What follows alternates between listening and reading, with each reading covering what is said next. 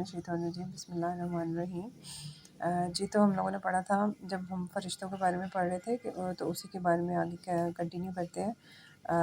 سورہ بقرہ نمبر 31 کے اکارڈنگ وہ کہتے ہیں کہ فرشتوں نے اس لیے نہیں یہ سوال کیا تھا اللہ تعالیٰ سے کہ جب ہم لوگ اللہ تعالیٰ سے یہ بات کر رہے تھے فرشتے کہ اگر ہم آپ کے لیے ذکر و اذکار کرتے ہیں، آپ کی بڑائی تقدیس بیان کرتے ہیں، تو پھر آخر آپ کو کیا ضرورت ہے کہ آپ زمین پر کسی اور مخلوق کو پیدا کریں جو کہ ہو بھی بااختیار، اور بااختیار جب انسان یا جن میں سے کوئی بھی ہوگا تو وہ کوئی نہ کوئی نظام میں خرابیاں کرے گا ہی، کیونکہ اس کے پاس اختیار ہوگا نا۔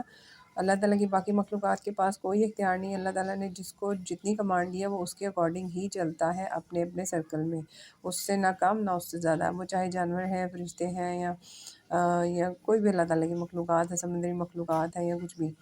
لیکن انسان اور جن ایسے ہیں جن کو اللہ تعالیٰ نے ان کی ول پاور دی ہوئی ہے کہ آپ اختیاری کام کر سکتے ہیں۔ تو یہی تو انسان کی سب سے بڑی آزمائش ہے کہ اس نے دنیا میں رہتے ہوئے یہی دیکھنا ہے کہ وہ اللہ کا خلیفہ بن کے دکھاتا ہے، یعنی جس کام کے لیے وہ زمین پر آیا ہے وہ اپنی ول پاور سے وہ کام کرتا ہے یا اس سے ہٹ جاتا ہے۔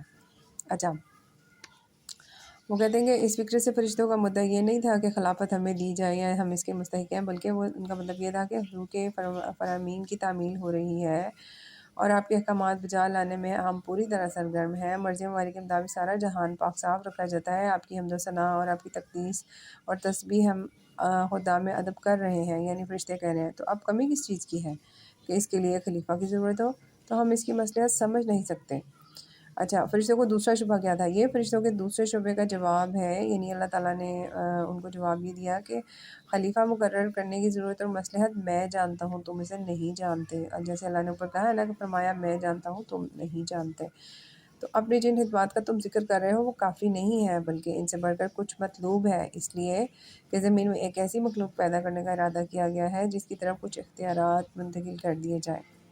اب اللہ تعالیٰ نے ایسے ہی نہیں انسان کو صرف خلیفہ بنا دیا، بلکہ اللہ تعالیٰ نے ایک اور ان کو ایک نعمت عطا کی، اور وہ کیا تھی کہ انسان کو اس میں یہ ہے کہ اس کے بعد اللہ تعالیٰ نے آدم علیہ السلام کو ساری چیزوں کے نام سکھائے۔ اب یہاں پہ یہ ہے کہ انسان کے علم کی صورت دراصل یہی ہے کہ وہ ناموں کے ذریعے اشیاء کے علم کو اپنے ذہن میں گرفت میں لاتا ہے، لہٰذا اس انسان کی تمام معلومات دراصل اسماء اشیاء پر مشتمل ہے۔ یعنی آدم کو سارے نام سکھانے کا مطلب یہ ہے کہ اللہ تعالیٰ نے ان کو حضرت آدم علیہ السلام کو تمام اشیاء کا علم دے دیا تھا۔